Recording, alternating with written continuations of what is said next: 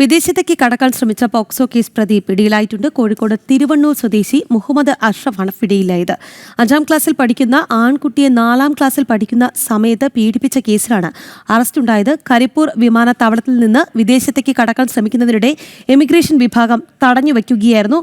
വിവരങ്ങൾ നൽകാനായി ദിസ്ന സുരേഷ് ഉണ്ട്. ദിസ്ന, ഇയാൾ എപ്പോഴാണ് പിടിയിലായത്? ഇന്നലെയാണ് ഇത്തരത്തിൽ ഈ പ്രതിയെ പോലീസ് പിടികൂടുന്നത്. പോക്സോ കേസിൽ ഉൾപ്പെട്ടതിനെ തുടർന്ന് ഇയാളെ ഈ കോഴിക്കോട് തിരുവണ്ണൂർ സ്വദേശിയാണ്.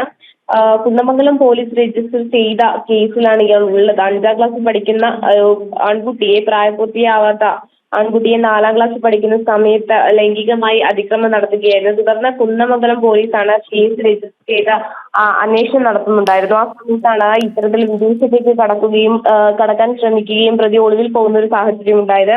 എന്തായാലും കരിപ്പൂർ എയർപോർട്ടിൽ വെച്ചാണ് ഈ എമിഗ്രേഷൻ വിഭാഗം പ്രതിയെ തടഞ്ഞു വെക്കുകയായിരുന്നു. കാരണം പ്രതിക്കെതിരെ ലുക്കൌട്ട് നോട്ടീസ് ഒക്കെ തന്നെ പുറത്തിറക്കിയിരുന്നു. എന്തായാലും പ്രതിയെ കോടതിയിൽ ഹാജരാക്കി റിമാൻഡ് ചെയ്തു എന്നാണ് നമുക്ക് അറിയാൻ സാധിച്ചിട്ടുള്ളത്.